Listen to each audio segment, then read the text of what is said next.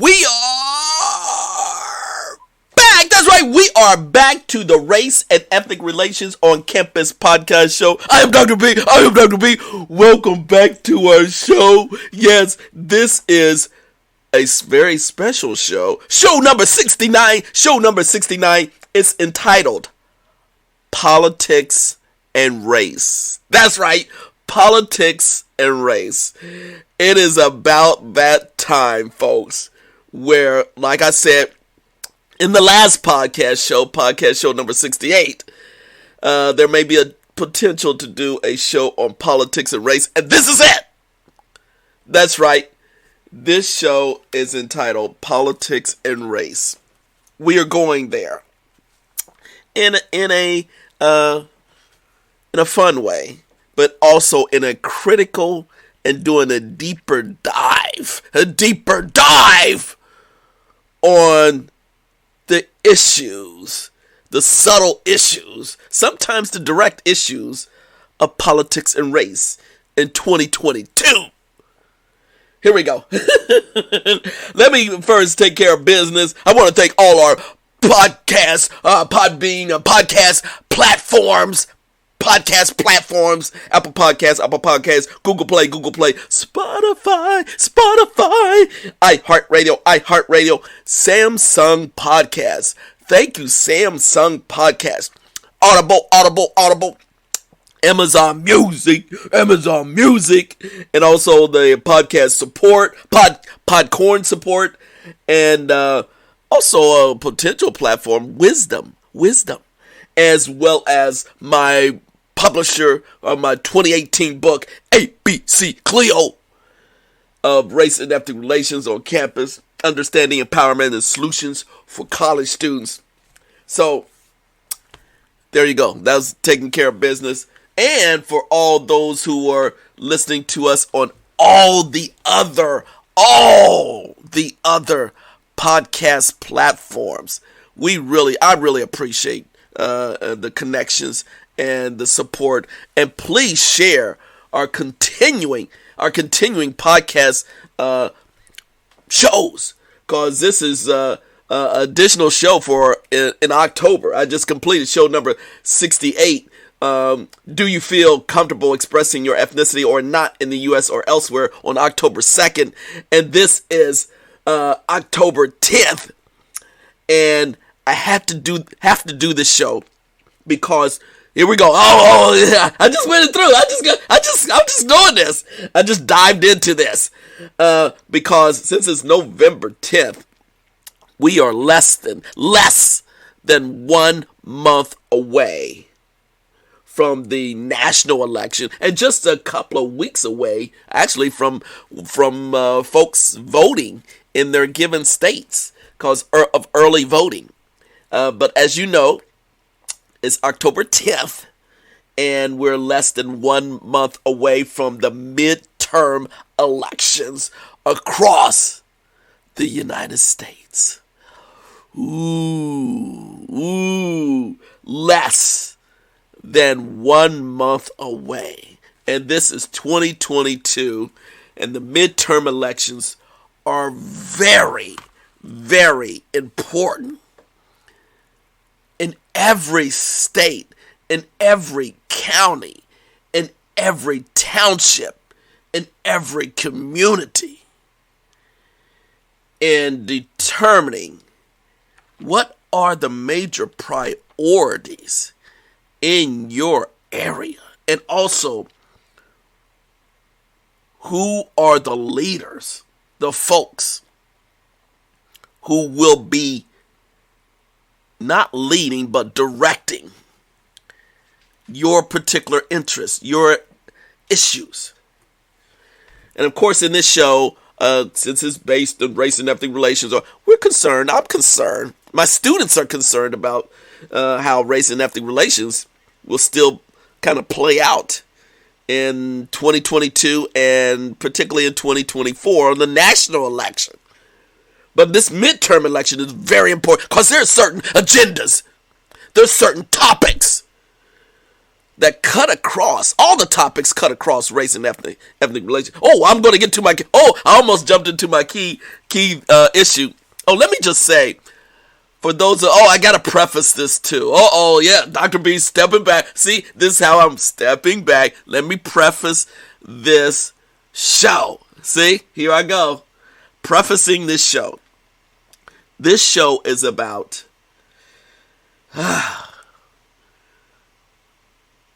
in 2022, to what degree do we make our decisions on various candidates based upon their race? Yeah, I'm breaking it down just like that. Is the electorate still making choices at the ballot box based upon an individual's race? Yes, I went there. I know it's not, okay, see, I know it's not politically correct to go there.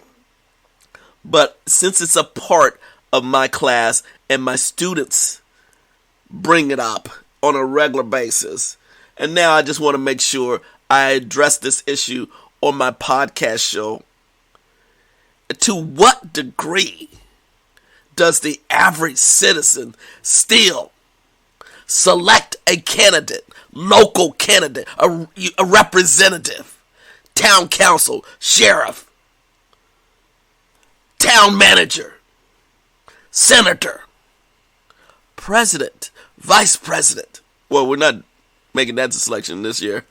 But senators, governors, mayors, based upon their race. Now, let me just say, what percentage? Let me just throw this out. Dr. B is saying, yeah, it's still part of the equation. Yeah, unfortunately, a person's race and ethnicity is still part of the equation. It's not rocket science. Let's just get to it. I know we like to really evaluate each candidate on their values, their stance on this issue, that issue, what they represent, and I think it's that's how Dr. B selects his particular candidate. It's based upon the values. It's based upon the issues. It's based upon how they carry themselves day to day. Not just in the political rallies, not the public speaking. Because yes, Dr. B, yes, I got to say this. I've been around a lot of politicians, particularly when I worked for the federal government for 5 years. And I'm just saying this in a jokingly way. But you hear the same political speech, political spin. Yet for me, I'm evaluating candidates based upon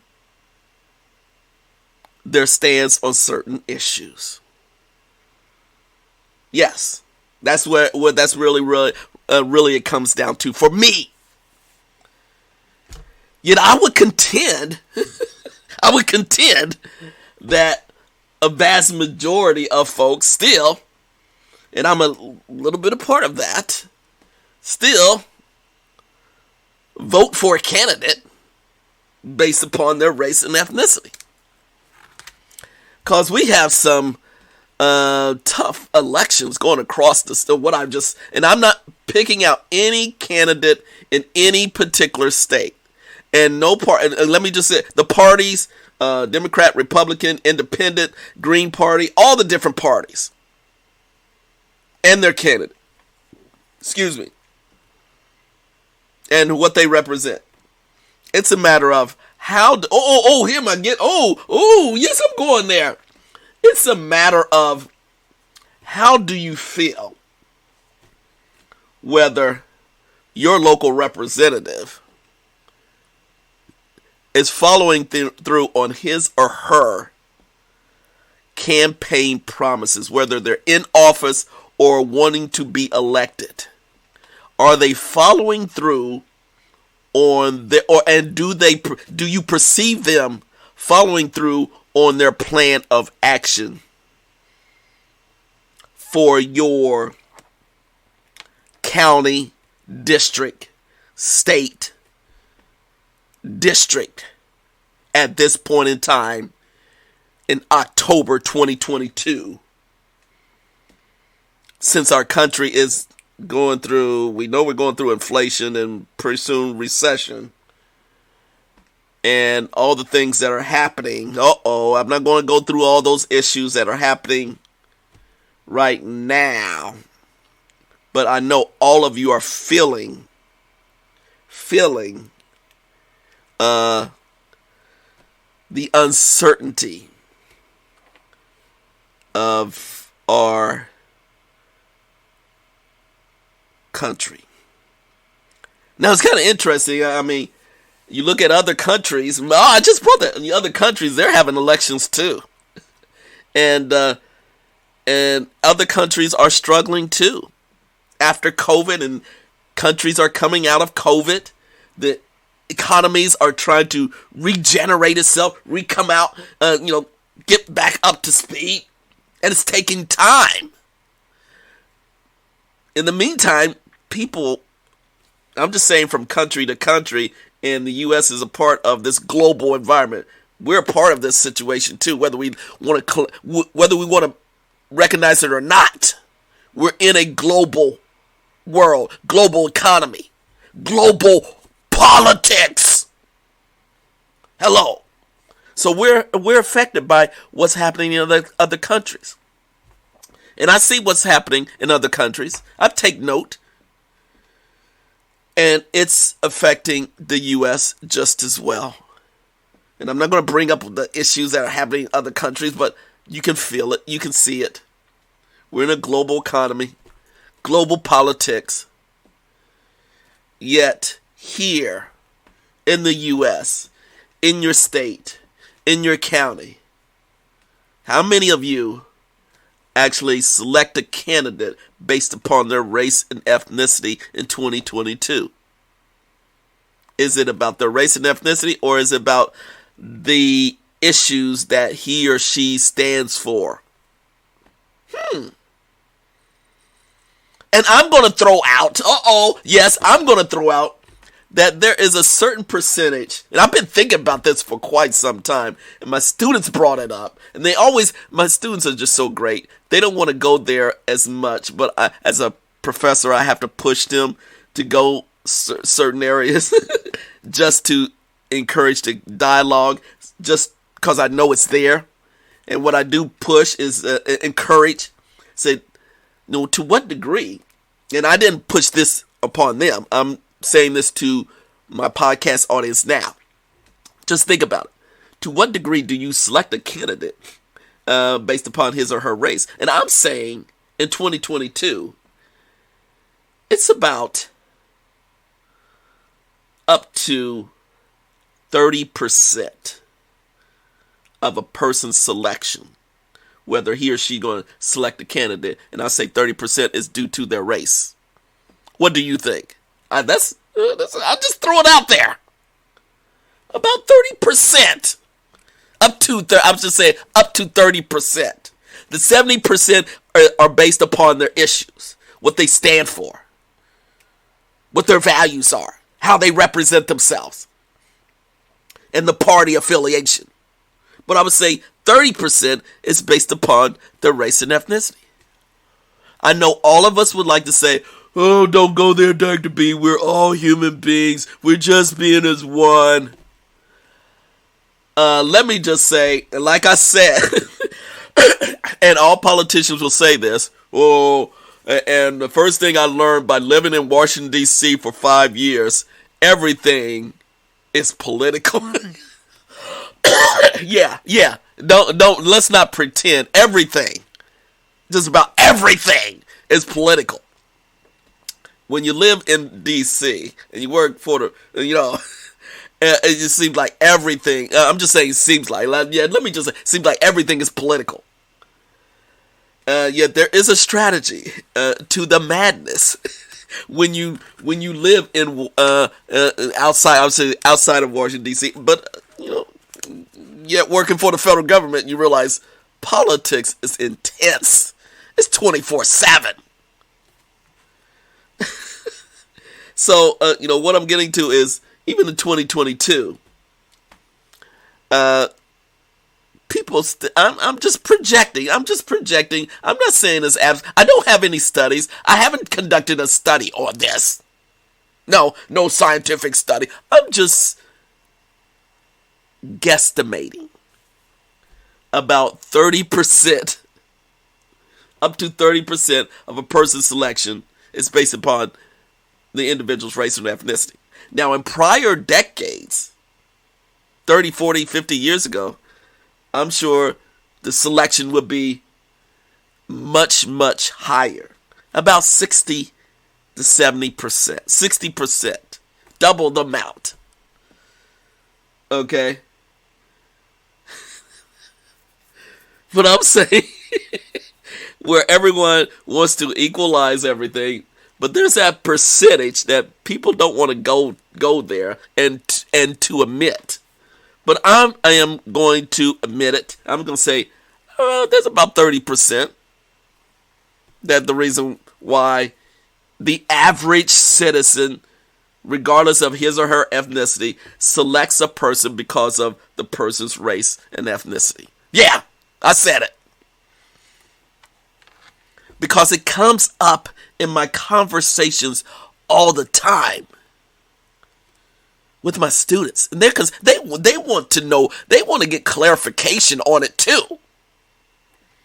So I want to find out from the general audience, how do you feel about it? Why do you make the selection of your candidate?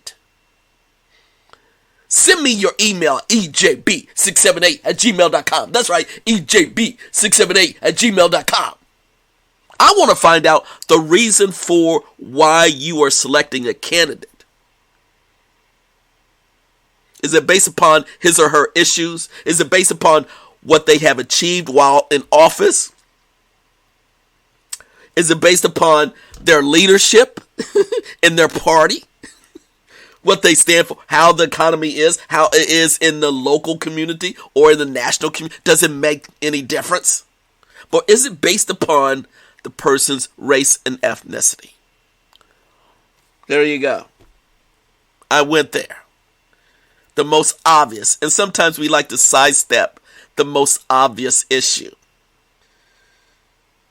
And I rather confront it. Confront it face on, head on. Because, well, here we go. It's within a month of the elections, and things, as you know, in politics gets really, really dirty, nasty, straightforward. And I'm sure in every community right now, on your TV, on your radio, you're getting inundated by all these political ads. Inundated by the local representative. I'm here in North Carolina.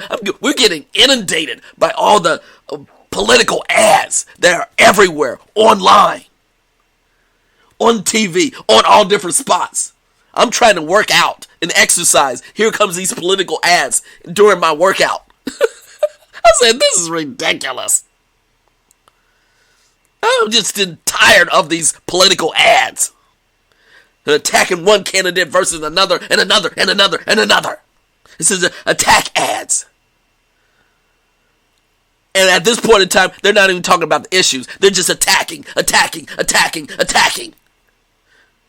And making the different candidate, whether they're incumbent or whether they're new, and make them look like villains.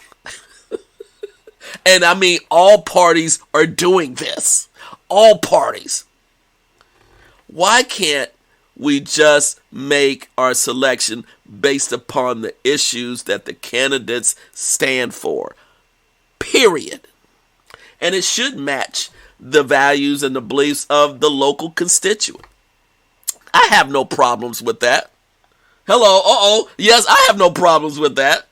certain places. They elect certain candidates based upon their value. It matches the region's values. I have no problems with that. This is our country. This is our. You don't have to live in. I learned that you don't have to live in certain areas that have just doesn't match your values and your patterns and your political.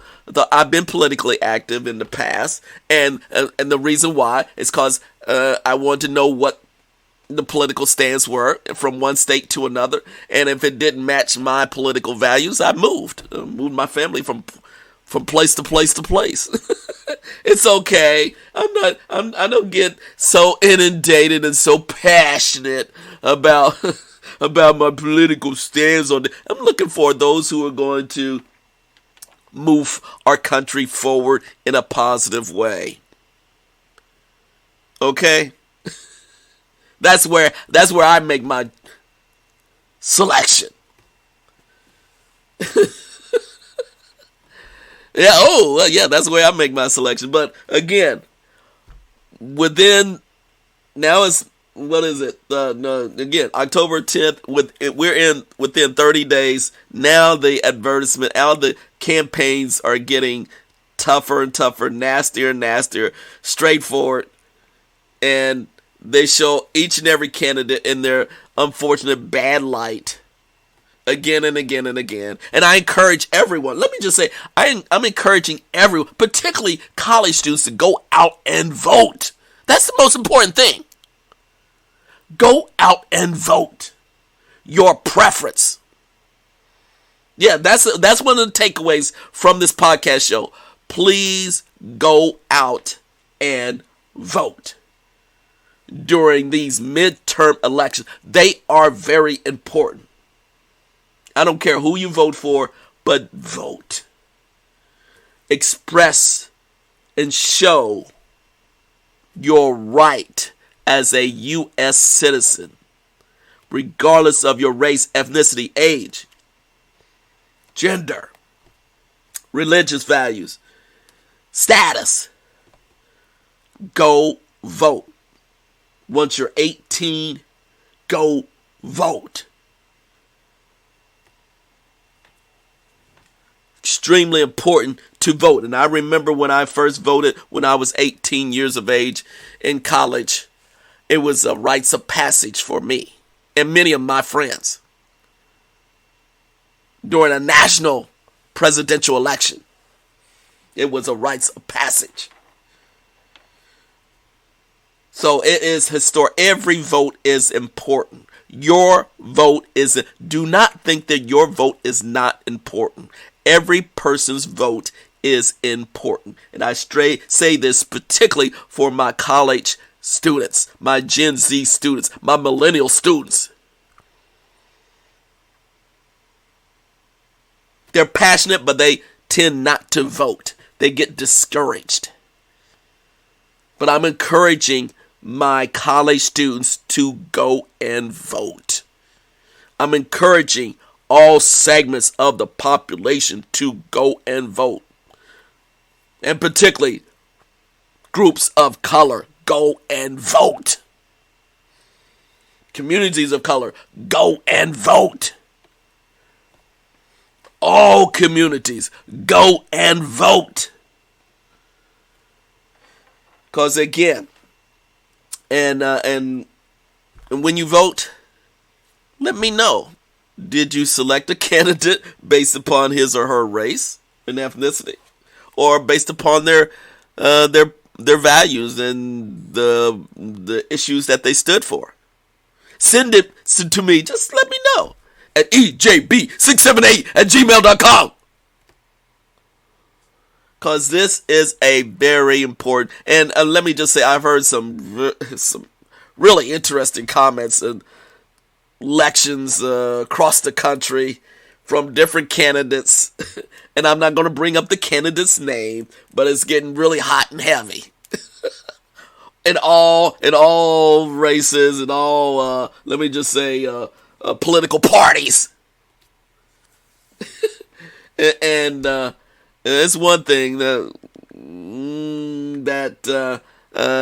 when push comes to shove, you start to see where people really stand on different issues. And if it matches your issues, your stance, more power with it. More power to you. But try to pick candidates on their values, not necessarily on their race and ethnicity, and whether he or she matches your values and your stance on how to improve our world today. Yeah, I'm saying this. How do we improve our world today and in the future? Because it is so important to get the support and garner the support of issues that you are passionate about that will make a change, not just now, but in the future. And that's what politics is all about. It's about gaining power. And I learned by living in the D.C. area, people love power. They just obsess with power. Even if it's not even it's not even helping folks. They're just obsessed with power, leadership. And are they really doing something for the average citizen today in 2022 and in the future? So this is show number 69. Yes, I went there. Politics and race. That's right. Politics and race. If you have any comments or questions, please email me at ejb678@gmail.com. I want to thank all our podcast platforms: Apple Podcasts, Google Play, Spotify, iHeartRadio, Samsung Podcast, Audible, Amazon Music, Podcorn, Support, potentially Wisdom, and ABC Clio, and of course, Podbean, of course, the main podcast I got through it. Podcast platform. It's been a long fall and second week of October. We getting started, but I want to get this podcast out there, and so please share it with your friends, family members, colleagues, dorm mates, college friends, and just send me an email. A quick email, ejb678@gmail.com. And please like and subscribe my podcast show, where this is show number 68, and we're doing our best to keep it real in 2022. There you go. Peace out, everybody. Stay safe. We out.